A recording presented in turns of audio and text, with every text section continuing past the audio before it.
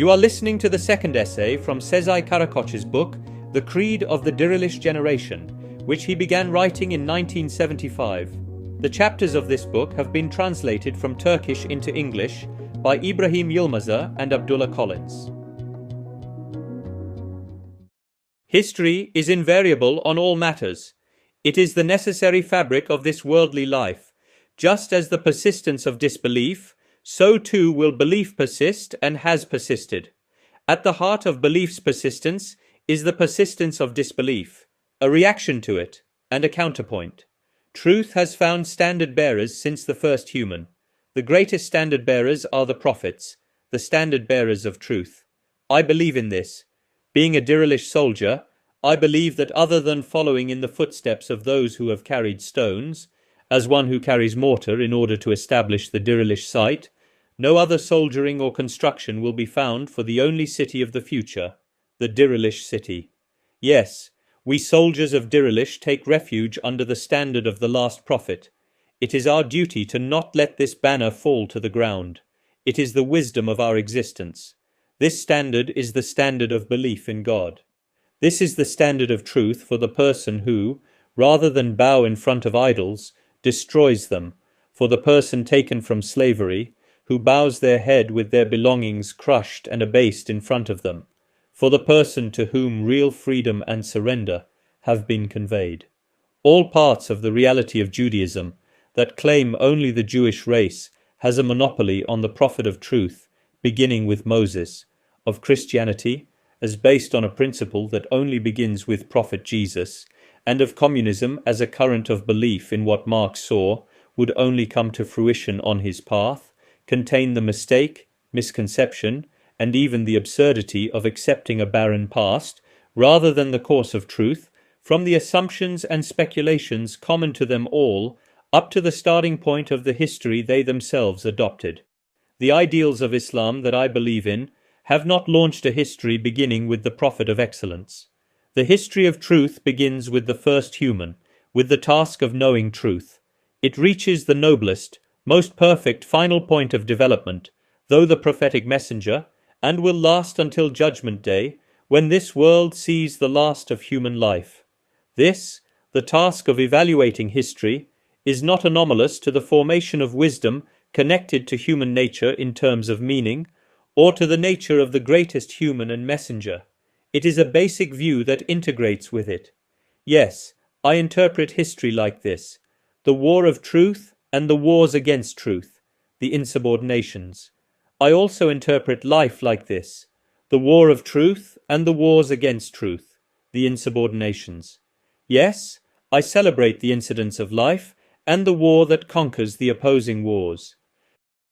I also group people like this: those who abide by the truth, those from the right, those who oppose them, those from the left, and those who maintain the path of truth, the ones who sacrifice their interests and even their lives to this end if necessary, the truth racers, the pioneers. In this sense, I am of those from the right. In my eyes, the Western understanding of the nature of those from the right is leftism, or it is indistinguishable from leftism. In my eyes, capitalism is a face of the left, and communism is its other face. As a human being, I say, spit in both of their faces. Those from the left, whether by directly or indirectly exploiting others, or by destroying the peace of truth that people need, are the reason that society decays, and people fall into the clutches of rejection and rebellion. They sow the seeds of hatred and revenge. Their weapon is propaganda. What women, what elderly, what poor, and what orphans they bring hurt to. Blood overruns their eyes. The real right is defined in the Quran.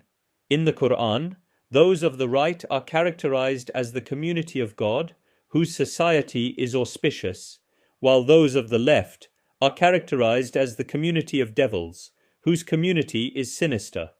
Dirilish is the path of realizing the auspicious community of the benefactor. Dirilish means the way, method, and battle of dissolving every community that the devil has collected to scatter misfortune. It is the battle of building the community that holds fast to God's line. Economy is not the main reason for society's existence, it is one of its imageries. The basic factor is belief.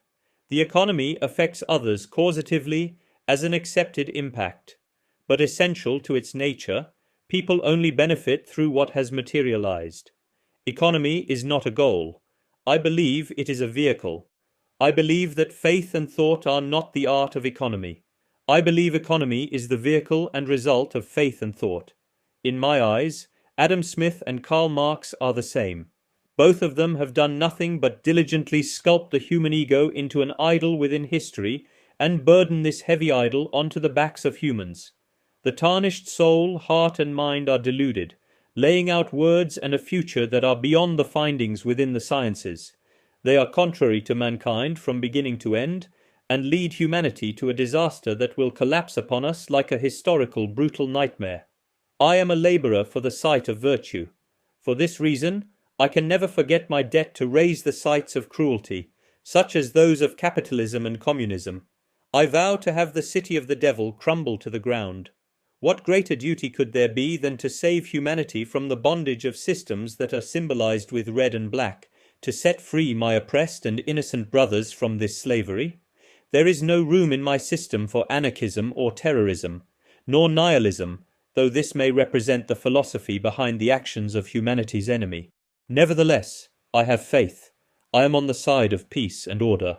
My struggle is merely for these. For real peace to be provided, I am more of a warrior than the greatest warrior. For real order to be established, I am more radical than the greatest radical. Trying not to stick to the outer meanings of words is a debt of discipline that falls on me and on my brothers and sisters of the Dirilish generation. Declaring war on prejudices and not remaining mired on outer appearances are a natural result of this. I should know the East and the West. I should examine ancient civilizations in depth. I should explore deeply the reasons for their rise and fall. How could a society belonging to Islamic faith and civilization, which is God's greatest blessing to mankind, fall to its current tragic state? Certainly, the reasons for this must be one or many. I should know this. In examining the whole of these issues, enlightenment will be my guide here. The Quran and Islam are protected until the Day of Judgment. God has promised this. However, I need to neither misinterpret this protection nor attach another interpretation to the meaning of this promise. Yes, the Quran and Islam are safe, but it is not a commitment to protect any person or community of faith. Each person is obligated to protect and prolong their own beliefs. Each society of believers is obligated to protect and prolong their own Islam. Appreciation that doesn't do this can be rolled into the abyss and darkness of their despair, denial, and rebellion.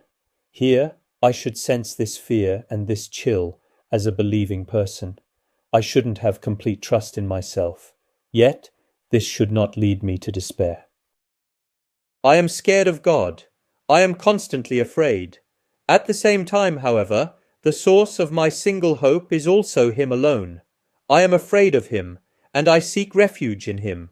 From His wrath, anger, and vengeance, I again seek refuge in Him, because again, only His amnesty and mercy can save me. I have never cut off hope from God's mercy or forgiveness. In mind-stopping magnitude do I imagine this mercy. I cannot accept one who is disconnected from cosmic reality. Objects and events exist in relation to one another. In whatever position or situation, everyone has a cosmic, transcendental, and clearly connected position and situation. People are born under the general law known as fate, appointed by God. They complete their developments and lifetimes. I know the imagination and mind's weakness of putting limitations on God, or ascribing partners to Him, and I struggle with these. I resist it. I'm attempting the quixotic grasping and framing of Allah with my mind. I try to open my heart to Him without bounds. I hope and wait for the light that He bestows to fill my heart with revelations. I know I'm unworthy, but I'm overwhelmed by this hope from the vastness and eternity of His compassion and generosity. My boldness is bloodied by the state of my nation. Thus, the state of a nation, the state of bitter division that befell the Islamic nation, the state of ignorance and the state of material and spiritual bankruptcy, has beaten me down with indescribable troubles. Yet God's mercy comes again to keep me from falling into despair. My faith being such, the belief that my nation will be exalted again is born in me. Filled again with love and zeal, I run to the service of litigation.